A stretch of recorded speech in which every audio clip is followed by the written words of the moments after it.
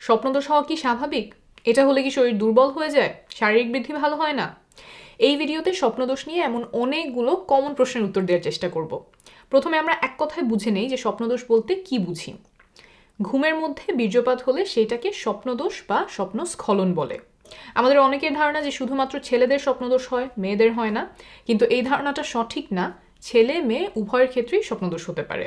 মেয়েদের ক্ষেত্রে স্বপ্নদোষ হলে যোনিপথটা ভেজা ভেজা মনে হতে পারে। অনেকেই প্রশ্ন করেন যে স্বপ্নদোষ হওয়ার স্বাভাবিক কিনা।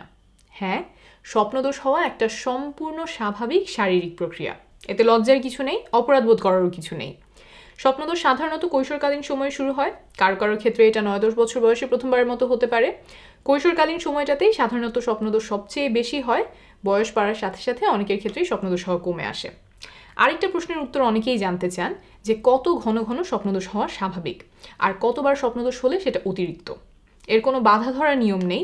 কারো ক্ষেত্রে দেখা যায় যে সপ্তাহে 2বার হয়, অনেকের ক্ষেত্রে মাসে হয়তো একদিন, আবার কিছু মানুষের ক্ষেত্রে সারা জীবনে একবারও স্বপ্নদোষ হয় না। এর কোনোটাই অস্বাভাবিক নয়। অনেকের মাঝেই এমন কিছু ধারণা প্রচলিত আছে যে ঘন ঘন স্বপ্নদোষ হলে শরীর দুর্বল হয়ে যায়, শক্তি চলে যায়, শারীরিক বৃদ্ধি ভালো হয় না। আবার কেউ কেউ এটাকে অসুস্থতা মনে করেন। কিন্তু এইসব ধারণার পক্ষে কোনো বৈজ্ঞানিক ভিত্তি নেই। স্বপ্নদোষের কারণে শরীর দুর্বল হয় না, ভেঙে পড়ে না, শারীরিক কোনো বৃদ্ধি বাধাগ্রস্ত হয় না, এটা কোনো অসুস্থতাও নয়।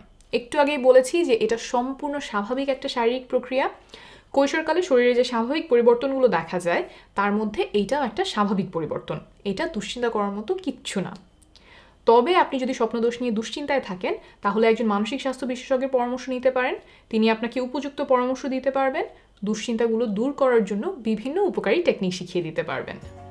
আসসালামু আলাইকুম অল ইউটিউব গাইস, ভিডিওটি যদি ভালো লাগে অবশ্যই লাইক শেয়ার করবেন আর সাবস্ক্রাইব করতে ভুলবেন না। আপনার পছন্দের ভিডিও পেতে কমেন্টে জানিয়ে যাবেন।